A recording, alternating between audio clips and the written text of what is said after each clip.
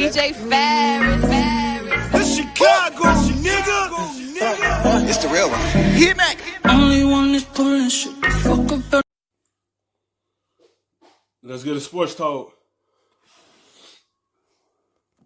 So maybe, just maybe, this is really all about the time that Rodgers needed to adjust to this new offense. This year, the team scoring is up 2 touchdowns to 38 a game.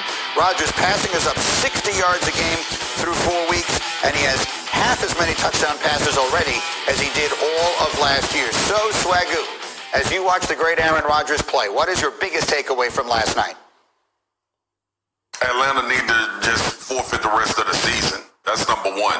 Look, G, this is Aaron Rodgers.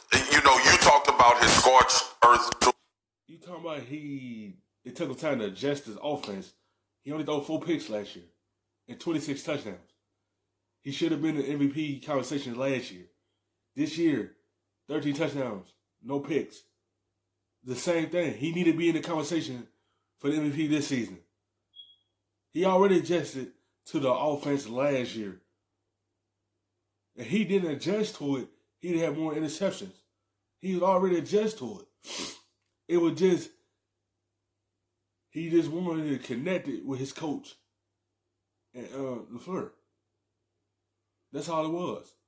This season, he on pace to do the same thing. Throw more TDs this season. And I've been really impressed with how he's talked about him and Matt LaFleur in their relationship. And you know, I'm on record as saying Aaron Rodgers would want to get out of Green Bay to go somewhere else because they didn't draft him any help. But I also said Green Bay may have felt like they had the guys. And last night, without Devontae Adams and Lazard, Aaron Rodgers put on a show. And look, granted, it's Atlanta who was depleted in the secondary, and they're not playing well at all, no confidence. Dan Quinn, and that's a whole nother conversation. Aaron Rodgers in a groove, and when he's in this type of groove, I've been on the other side of that, and it's going to be almost impossible to beat Green Bay. And to his credit, especially if the defense gets going. Yes, it's going to be hard to beat them because they have a good offense. Their defense is very good. So they have both things going on each side of the ball.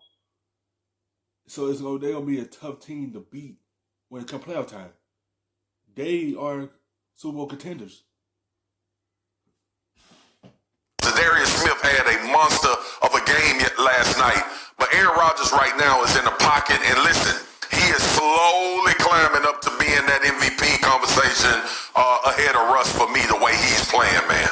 He's certainly in the discussion. Of that, there's no question. Greg, through a quarterback's eyes, what are you seeing in Rodgers right now?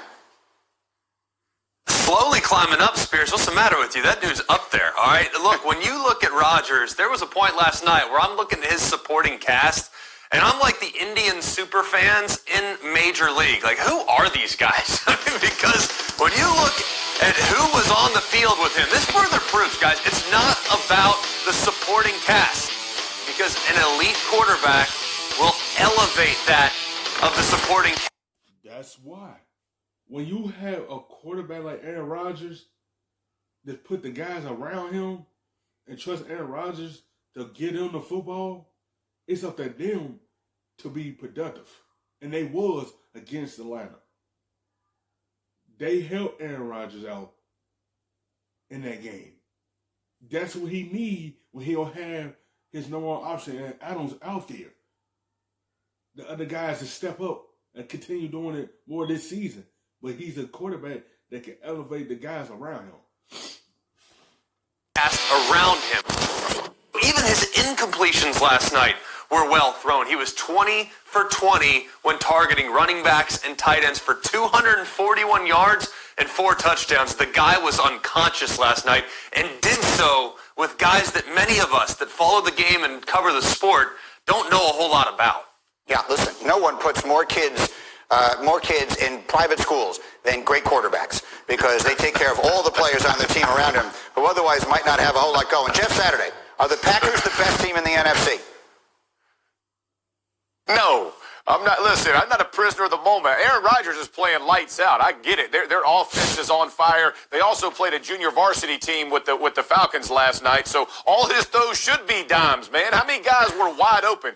Greg's talking about these perfect passes. There were dudes who had 5 and 6 yards of separation. So as well as they're playing, give them credit. I still think the Bucs are the best team in the NFC because of their defense. Everybody talks about Tom Brady, but I think Todd Bowles and that defense will continue to get better week in and week out. And let's not forget about Russell Wilson and the Seattle Seahawks. I know I put Day and Green Bay together because their defenses, you just don't know what you're going to get. But don't be a prisoner of the moment because last night Aaron Rodgers showed out. He should have.